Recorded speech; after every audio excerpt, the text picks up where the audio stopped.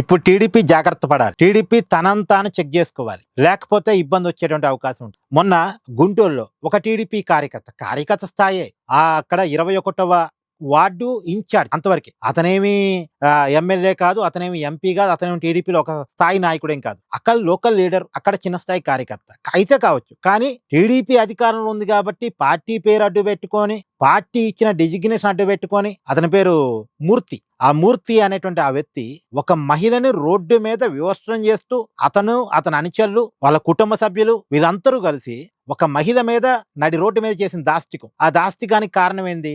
ఆ మహిళ ఏదో ఒక బోర్వెల్ వేసుకుంటుందట. వాళ్ళ కుటుంబ సభ్యులు ఒక బోర్వెల్ రోడ్డు పక్కన వేసుకుంటున్నారట. ఆ బోర్వెల్ వేసుకోవాలంటే ఈ మూర్తి గారికి 10,000 లంచం ఇవ్వాలట. ఎందుకు? అధికార పార్టీలో ఉన్నాడు కాబట్టి 10,000 లంచం ఇవ్వాలట. అంటే అధికార పార్టీ వాళ్ళకి చెప్పి వాళ్ళకి డబ్బులు చేతిలో పెట్టి ఒక బోర్వెల్ వేసుకోవాలా?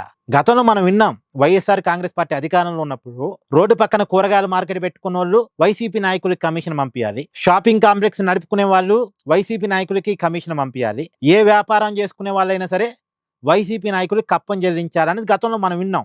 దాని ఫలితం ఇప్పుడు వైఎస్ఆర్ కాంగ్రెస్ పార్టీ అనుభవిస్తుంది. కానీ ఇప్పుడు అదే పద్ధతిని టీడీపీలో ఉన్న కొంతమంది నాయకులు ఫాలో అవుతాయి. ఇప్పుడు ఫాలో అవబట్టే ఈ గొడవంతా.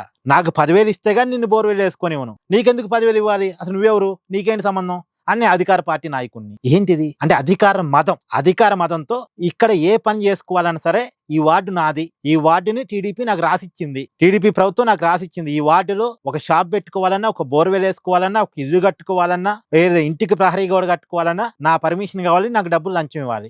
ఇదే నా ఆలోచన. ఇక్కడ గొడవకి ఇదే కారణం కనపడుతుంది. అయితే ఇక్కడ టీడీపీ అధిష్టానానికి తెలుసో, టీడీపీ పెద్దలకు తెలుసో ఇది జరిగిందని నేను అన్ను. అక్కడ లోకల్ లీడర్ చేసిన తప్పే. పార్టీ వెంటనే రెస్పాండ్ అయింది. అతని పార్టీ నుంచి సస్పెండ్ చేశారు. ప్రభుత్వం అతన్ని అరెస్ట్ చేసింది.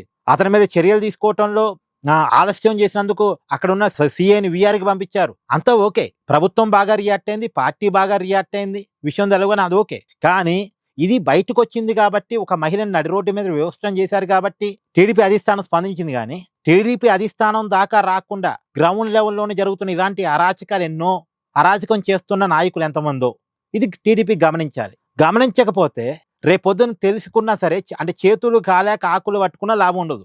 రేపు ఒక 2 సంవత్సరాలు గడిచిపోయిన తర్వాత కింది స్థాయిలో ఇలా జరిగింది, ఎమ్మెల్యేలు కొన్ని అరాచకాలు చేశారు, కింది స్థాయి నాయకులు కొన్ని అరాచకాలు చేశారు అనేది కనుక రేపు పొద్దున్న టీడీపీ అధిష్టానాన్ని తెలిసినా సరే నష్ట నివారణ చర్యలు అప్పుడు చేపట్టిన లాభం ఉండదు.